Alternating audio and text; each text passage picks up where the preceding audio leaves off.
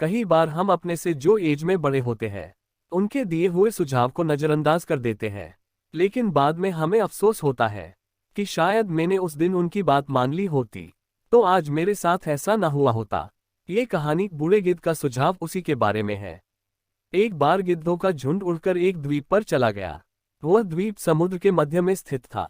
वहां बहुत सारी मछलियां, मेढक और समुद्री जीव थे, इसलिए वहां पर गिद्धों के लिए खाने पीने की कोई कमी नहीं थी।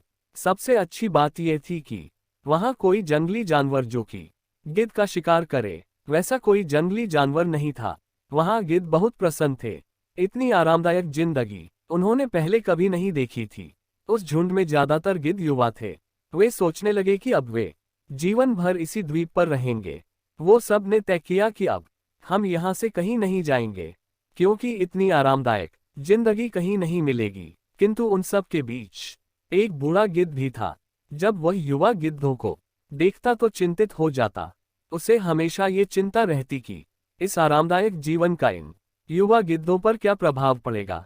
क्या वे वास्तविक जीवन का अर्थ समझ पाएंगे। यहाँ उनके सामने कोई चुनौती नहीं है।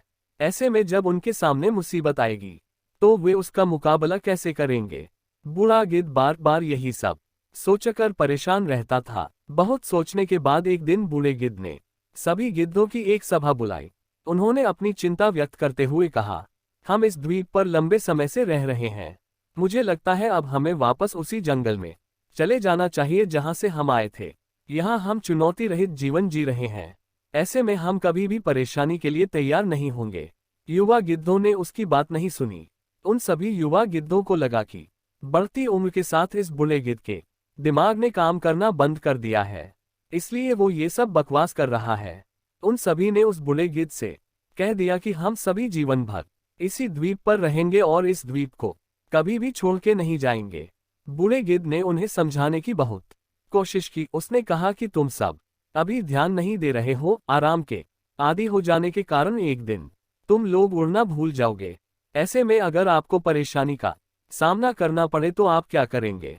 आप सभी मेरा अनुसरण करें, मेरा अनुसरण करें। चलो उसी जंगल में चलते हैं। ये बेहद आरामदायक जिंदगी पूरी जिंदगी के लिए अच्छी नहीं है।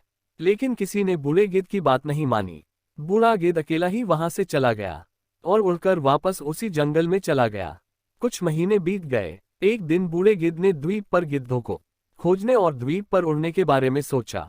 द्वीप पर जाकर उन्होंने देखा कि वहां का दृश्य बदला हुआ था। जहां देखो वहां गिद्धों की लाशें पड़ी थीं। कई गिद्ध लहूलुहान और घायल हो गए।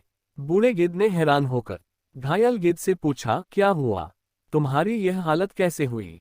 घायल गिद्ध ने बताया, तुम्हारे जाने के बाद हम इस द्वीप पर बड़े मजे की जिंदगी जी रहे थे, लेकिन एक दिन एक जहाज यहाँ आया और उस जहाज से तेंदुआ यहाँ छूट गया। पहले तो उन चीतों ने हमें कुछ नहीं किया, किंतु जब उन चीतों को कुछ दिनों के बाद ऐसा एहसास हुआ कि हम उड़ना भूल गए हैं। हमारे पंजे और नाखून इतने कमजोर हो गए हैं कि हम किसी पर हमला भी नहीं कर सकते या अपनी रक्षा भी नहीं कर सकते, तो उन्होंने एक एक करके हमें मारकर खाना शुरू कर दिया। उन्हीं के कारण हमारी यह हालत हुई है। शायद आप पर विश्वास न करने का हमें ये परिणाम मिला है।